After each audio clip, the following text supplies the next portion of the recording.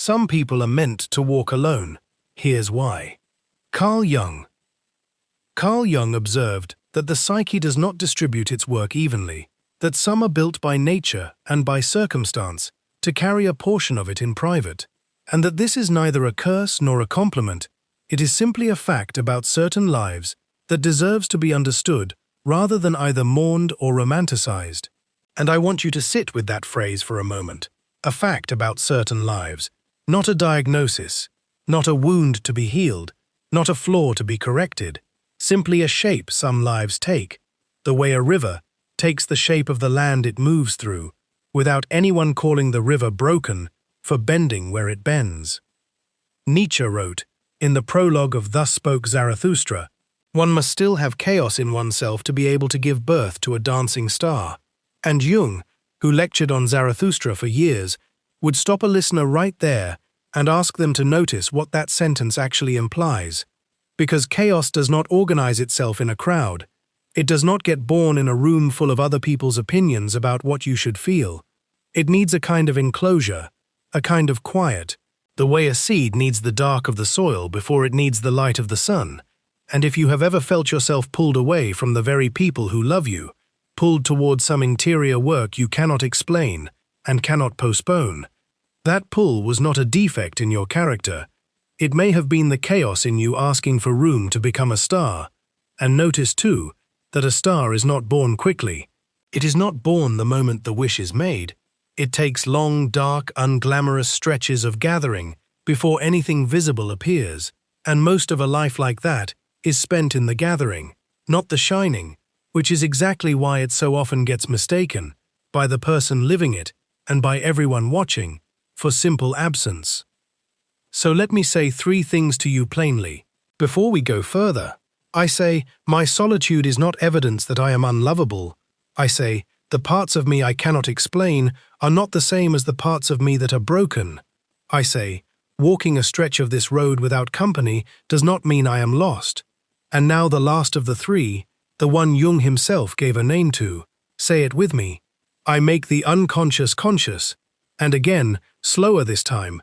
Letting it settle, I make the unconscious conscious. And before we go on, here is one small thing you can do for yourself.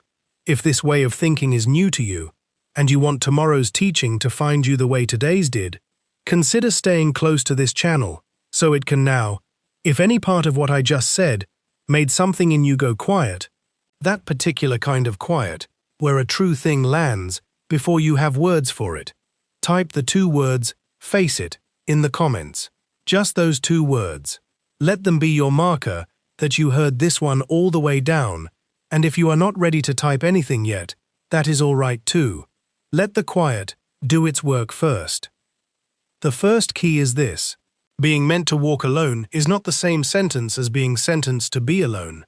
And I want you to feel the difference between those 2 things, because most of the ache people carry around this subject comes from collapsing them into one. A sentence is punishment. It is handed down. It is deserved or undeserved, but either way, it is imposed from outside. Being meant for something is different. It is closer to a shape you were already carrying before anyone judged you for it. And I want you to notice how quickly the mind reaches for the punishment story, because it is the more familiar one. We grow up being taught that being chosen means being chosen for a crowd, a team, a family photo, and so the moment a person feels pulled away from company, the ego reaches for the nearest explanation it knows, which is that something is wrong with them, that they have failed some test of belonging. But Jung recalled in Memories, Dreams, Reflections how as a boy he carved a small mannequin, no bigger than a finger, and hid it with a painted stone in the attic of his house, telling no one, visiting it in secret for years. And he came to understand this later, not as a symptom of a lonely childhood, but as the first sense he ever had that some things in a person are protected precisely by not being spoken, that the mannequin's power came from its privacy, not despite it. Think for a moment about how ordinary this pattern actually is. A child who keeps a private ritual before sleep. A teenager who fills a notebook no one is allowed to read. An adult who takes the long way home just to have 20 extra minutes of unwitnessed thought. None of these people are failing at connection. They are practicing an older skill, the skill of holding something of their own, before they hand it to the world. And here is the diagnostic mirror I want you to hold up to your own week. Think of the last time you kept something back from a friend, not out of fear, but because some instinct told you that saying it out loud too early would flatten it, would turn a living thing into a small dead fact you could no longer feel. That instinct was not antisocial, it was custodial. It was you protecting something of value, the way a person protects a small flame from wind. Notice too how the story you tell about that moment changes everything afterward. If you call it avoidance, you will spend the week feeling guilty for it. If you call it tending, you will spend the week trusting yourself a little more. The facts do not change, only the frame does. And consider how much of your own history might read differently under this second frame. The year you kept to yourself after a loss. The months you spent rebuilding something privately, instead of announcing your progress to everyone who asked. The friendships that quietly thinned, while a different, slower project inside you thickened. All of it can be told as failure, or it can be told as tending, and only one of those two tellings has ever been true. So if you have spent years apologizing for the part of you that withdraws to tend something private, I want you to notice that the withdrawal itself has been doing work all along. Quiet work, unglamorous work, the work of keeping something alive long enough for it to become itself. I protect what is still becoming. The second key is this. Most people who end up walking alone did not start there. They started by trying, and trying hard, to be understood, and only arrived at solitude after that attempt met its limit, again and again, until the pattern became undeniable. This matters because it changes the story you tell about yourself. It is not, I was born apart from others. It is, I reached toward others, with the thing that mattered most to me, and learned, gradually, painfully, which rooms could hold it and which could not. Picture an ordinary Tuesday. You are at dinner with people who like you. Someone asks how you are, and for one unguarded moment, you tell the truth. Not the surface truth, but the real one. The preoccupation that has been sitting under your ribs for 3 days. And you watch, in real time. The eyes across the table perform politeness, while quietly waiting for you to finish, so the conversation can return to easier ground. You feel the small chill of that. You laugh it off. You change the subject yourself, before anyone else has to. And you do this so smoothly that no one at the table even notices what just happened. But you notice. You always notice. And by the 5th or 6th Tuesday like that, you stop offering the real thing at all. Not out of bitterness, but out of a kind of practical mercy toward both parties. Now widen the picture, because this is not only a dinner table story. It happens at the office when a colleague asks how the project is really going, and you learn within one sentence that they wanted a status update, not a confession. It happens inside a marriage, when you bring your spouse the strange dream that shook you awake, and watch them nod kindly while already reaching for their phone. It happens with your own parents, who raised you and love you, and still, somehow, flinch at the parts of you that do not resemble the child they remember. It even happens with old friends from a life you have since outgrown, the ones who still relate to you as though no years have passed, who still expect the version of you that existed before whatever quiet transformation has since taken place. And speaking to them can feel like translating a whole language back into a dialect you no longer fully think in. None of these people are villains, and this is important. They are simply rooms with a certain capacity, built for certain weather, and not built for other weather. A teacup was never built to hold a river. That is not the teacup's failure. Pause for a moment and pick one real relationship in your life, and ask yourself honestly, which parts of me does this room actually hold? And which parts have I quietly stopped bringing here? Most people never ask this question. They simply feel the accumulating loneliness of unspoken things and conclude that something is wrong with them, when in fact, they have simply mapped, without meaning to, the true coastline of who can hold what. This is not you becoming cold. This is you learning the actual shape of communicability, the way you might learn the actual shape of a coastline by walking it. Some of it takes visitors. Some of it does not. And the mistake is thinking that the parts which cannot take visitors are therefore worthless or wrong. They are simply the parts that require a different kind of company. Sometimes your own, sometimes no one's yet, sometimes a room you have not found yet. And the search for that room, the one built to hold the actual weight of you, is one of the quieter, less spoken of tasks of an entire life. Most people give up the search early and settle for rooms that only hold half of them, and call that settlement maturity. I do not owe the real thing to every room that asks for it. The third key is the one that separates two things people constantly confuse. And I want to slow down here, because getting this wrong causes real suffering. There is the alone of exile, and there is the alone of summons, and from a distance they can look almost identical. A person sitting by themselves on a Friday night looks the same whether they were shut out or whether they walked out. But the inside of those two experiences could not be more different. Exile is what happens when the door was closed on you, when you were the one left standing outside a gathering that continued without you. It tastes like rejection. It circles back to the same wound again and again. It runs cold. It makes you smaller. It leaves you rehearsing what you should have said. Summons runs differently. It has almost a pull to it, a low, steady gravity rather than a slap. It does not humiliate you. It simply asks you to step out of the crowd for a while. And Jung, at 81 years old, wrote a letter to a man named Schmaltz, declining a visit, and in it he said, "Solitude is for me a fount of healing. Not solitude as an accident that befell him, but solitude as a resource he had learned to draw from deliberately, the way you might draw from a well you dug yourself." Notice too that exile and summons differ in the body before they differ in story. Exile has a clench to it, a held breath, shoulders climbing toward the ears, the mind returning again and again to the scene of the closing door, the way a tongue returns to a sore tooth.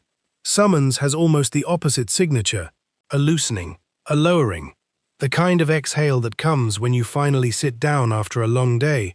If you are unsure which one you are living inside, the body will often tell you before the story does. Ask yourself, when I picture the people I am currently apart from, does my chest tighten or does it settle? Imagine a woman who for years organized every reunion, every holiday table, the one whose name was on every invitation, because she made sure everyone else's name was on it too. And then one year, without any quarrel, she simply stopped wanting to go, ashamed of it for months, telling herself something must be wrong with her, until she noticed what she wanted instead was not isolation, but a particular quiet, long mornings alone with a notebook. And when she finally missed a gathering on purpose, she braced for the old cold feeling of exile, and it never came. What came instead was relief, a sense that she had been carrying other people's need for her presence longer than she had been listening to her own. That is the shape of summons. It does not announce itself with drama. It grows quieter and quieter until the old noise starts to feel like a costume rather than a life. And it often arrives disguised as guilt at first. She assumed the impulse to stay home meant she was failing the people who loved her, when in fact the impulse was sorting, separating what was hers to carry from what she had only ever picked up out of habit. Summons rarely announces itself as a gift. It usually announces itself as a small betrayal of what you think you are supposed to want, and only later, once you have followed it, does it reveal itself as the thing that was quietly saving you. Picture too a man who spent 20 years being the reliable one at every family occasion, who drove the longest distance, who smoothed every argument, and who in his 50s began to notice a strange new fatigue that lifted the moment he pictured simply staying home for once. He only knew some part of him had quietly finished a chapter the rest of the family had not yet noticed was closing. And here is the difficult part. Exile and summons often arrive tangled together in the same season. You may have been genuinely hurt by people who misunderstood you, and at the very same time, underneath that hurt, something in you may have been quietly grateful for the room it opened up. Both can be true. The wound and the invitation can share the same week, and the work is not pretending the wound did not happen. The work is noticing, once the wound has been felt, whether there is also a summons sitting underneath it, waiting for you to stop confusing it with the wound.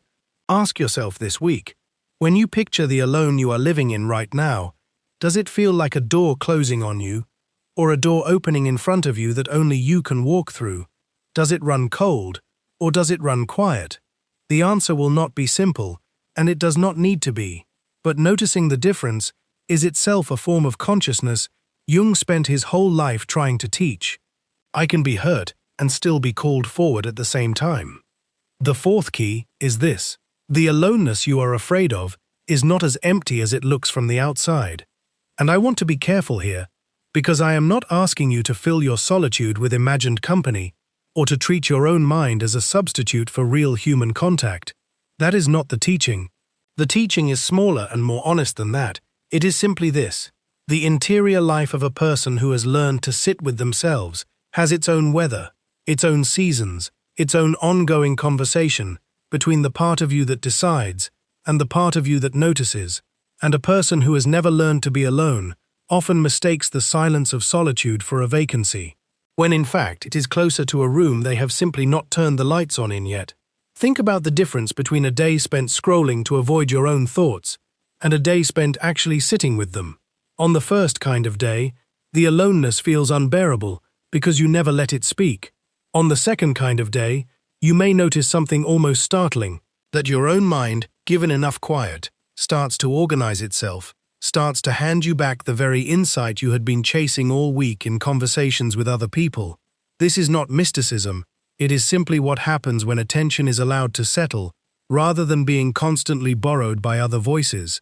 And if you doubt this, try a small, honest experiment sometime this week. Sit for 20 minutes with no phone and no task, and simply notice what your own mind does when nothing is asking anything of it. Most people find, at first, that the mind reaches immediately for something to fill the space. A memory, a worry, an old argument replayed. And this is not failure. This is simply the mind, unused to its own company, clearing its throat. Stay a little longer than that first discomfort, and something quieter tends to surface underneath it. My solitude has a population, and its name is my own attention. The fifth key is the deepest one, and I want to walk through it slowly, in several movements, because it will not survive being said all at once. First, consider the incommunicable core. Jung taught, in different words across many years, that certain experiences at the center of a life resist translation, the way a dream resists being fully told the next morning. You wake with the dream whole and alive, every color still wet, and by breakfast, in the telling, half of it has already died, not from malice or carelessness, just the simple friction of moving something from the register where it lives into the register where language lives. And some inner experiences are like this permanently. Not because you lack vocabulary, but because the experience and the language belong to two countries with no shared crossing. A person who carries much of this kind of material will, almost without choosing to, become someone who walks a portion of life alone, simply because there is no reliable bridge from the inside of that experience to the outside of anyone else's ear. This is not a social failure. It is a translation problem that never fully resolves, and it reframes an old private shame, the sense that if you were only more articulate, you could finally make someone feel exactly what you feel, when in truth some experiences were never built to cross that border, no matter how skilled the traveler. Second, consider what this costs the persona, the mask built for smoothness, legible to others at a glance, and every time you carry something incommunicable underneath it, you pay a small tax. The distance between what you show and what you hold. Picture an ordinary Wednesday. You wake early because a thought has circled all night. Not a crisis, just an unfinished understanding weeks in the forming. You go to work. You answer emails. Someone asks if you are all right, and you say fine, tired, which is not a lie exactly. It is a translation, the version of truth that fits through a hallway conversation. By lunch you have made 4 more such translations. By evening a 5th, someone compliments your composure without knowing what it costs to maintain, and you go home having spoken perhaps 40 sentences, none touching what actually occupied you, since 5 that morning. Most people live decades this way and never name it, assuming the distance they feel from others is a personal defect, when it is simply the going rate for having an interior life at all. Everyone who has ever had a genuinely private thought has paid some version of this tax. The difference is only in how much of your life is made of such thoughts, and how honestly you carry the gap between what is shown and what is held. Third, and this turns the whole key, consider that hiding what matters most is sometimes the very thing that preserves it. Jung taught that some psychic material needs the dark, the way a photograph needs a darkroom, before it can be developed into something that survives the light. A print pulled too early is ruined paper, not a photograph. And the same is true of a grief or a conviction pulled into daylight before its structure has set. Recall the Tuesday dinner table, where you offered the real thing and watched it go unheld. Now imagine a different Tuesday, where instead you kept it, not from fear, but from custodianship, turning it over in solitude the way you turn a stone in your pocket without looking at it. And only later, once it had a shape sturdy enough to survive being spoken, did you say it aloud, and it landed, because you had not handed the world something half-formed. This is not secrecy for its own sake, it is timing. The difference between a seed planted into frost and one planted when the ground is warm enough to receive it. Consider a second picture of that same timing, someone who keeps a drawer of letters never sent, to a parent who could not have heard them then, to an earlier version of themselves, saying the true thing without the smoothing that conversation demands, and years later, finding the letter no longer needs sending at all. The private holding of it had already done the work. The drawer was not a failure to communicate, the drawer was the darkroom, and what developed there did not need an audience to become real. And a third small picture, a musician working the same unfinished piece for years, refusing to perform it before it is ready, not from perfectionism, but from respect for what it is still becoming. While everyone assumes the delay is fear when it is closer to devotion. Fourth, I want to turn this key toward you directly, because it is easy to nod along about the misunderstood artist or the solitary thinker from a comfortable distance. But I am asking you plainly, is there a conviction or a grief or a half-born understanding in you right now that you have been keeping from the light? Not from shame, but from a wiser instinct that it is not ready. Pause and pick one real thing you have been carrying quietly, something unsaid, and ask honestly whether you have been hiding it or tending it. Notice how differently those two words feel, even describing the same silence. If the answer is tending, know this instinct has a name, tending the incommunicable. And it is not isolation. Isolation is a wall built from fear, going up because you expect to be hurt and would rather feel nothing than feel that again. This is different. A garden wall, built around something still growing, roots too shallow, yet for an early winter. The wall comes down eventually. No gardener builds a wall to keep a plant from ever seeing the sun. It is temporary by design, and while it stands, it is not evidence you are unfit for company. It is evidence something in you is still too tender for weather. This reframes years of moments you may have been quietly ashamed of, the times you changed the subject, said fine instead of the truth, closed a door on a half-formed thought rather than hand it to someone who would misread it. None of it cowardice, much of it protection. And knowing the difference between a wall built from fear and one built from care is itself the very consciousness Jung spent his life trying to teach. One more thing before this key closes. The tending does not have to be perfect. Some of it will leak out clumsily in a message you regret. Some will surface too early at exactly the wrong table. This does not mean the tending failed. Gardens survive the occasional storm. What matters is the direction of your care, not its perfection. I am not hiding. I am tending something that is not finished yet. The sixth key is this, and I want to end here gently, because everything before this has been heavy in places.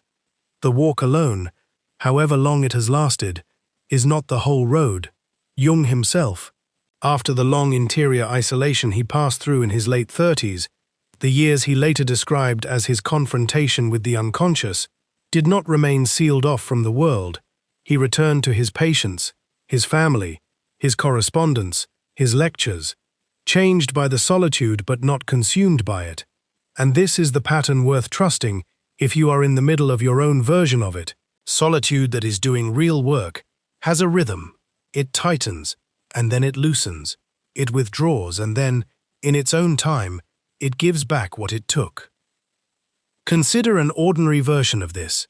Imagine someone who, after a hard year, stopped answering messages the way they used to, drifted quietly from the small gatherings, and imagine that same person, months later, at an ordinary kitchen table, laughing at something small, easier in their own skin than they have been in years. No one there needs the full account of where they went. They only feel that whoever sat back down came back more whole than the one who left. That is the rhythm working exactly as it should, tightening so it could loosen. And notice something else about that table. No one demanded an explanation before letting the person back in. Real doors, the ones built by people who actually love you, tend to open again, on their own weight, quietly, without ceremony. Watch for the small signs of your own turning season, rather than waiting for a dramatic announcement, a text you actually want to answer, an invitation that sounds like relief instead of obligation, a Tuesday where the old private ache has quietly gone silent. Seasons rarely announce their ending. They simply are one thing, and then, gradually, you notice you have become another. So if you are walking alone right now, tending something you cannot yet explain, hold two things at once. This season is real, and this season is a season, not a verdict. The very people who once could not follow you into this stretch of road are sometimes the same ones who later, without needing the whole story, simply notice that something in you has settled, has deepened, has become easier to be near. Think of the solitude, then, not as exile, but as a workshop with the door shut for a time. And workshops are not meant to stay locked. They open onto the rooms where the work will finally be used. This walk is mine for now, and it will lead me back to others when it is ready. Here is the whole picture. Being meant to walk alone is not a sentence, it is a shape. Not every alone is exile. Some of it is summons. Solitude and loneliness are not the same country, even when they share a border. Your interior life is not empty even when it is quiet. Some things must be hidden a while so they can survive being seen at all. And the road that asks you to walk it without company for a season is not the same road that asks you to walk it alone forever. These 6 were never 6 separate keys. They were 6 turns of the same single key. The recognition that a person can be whole and still be private, can be loved and still be, for a time, unaccompanied in the deepest room of themselves, and that this is not a flaw in the design of a life. It is very often the design itself, doing exactly what it was built to do. Say it with me one more time. I make the unconscious conscious. And again, I make the unconscious conscious. And if you have walked a long stretch of road without anyone beside you, I want to leave you with this, not as comfort exactly, but as something closer to the truth. The walk alone was never the whole story of you. It was only ever the part where something in you was finally quiet enough to be heard. So tell me, when this season ends, and it will, who do you think will be standing there to greet the person who walked it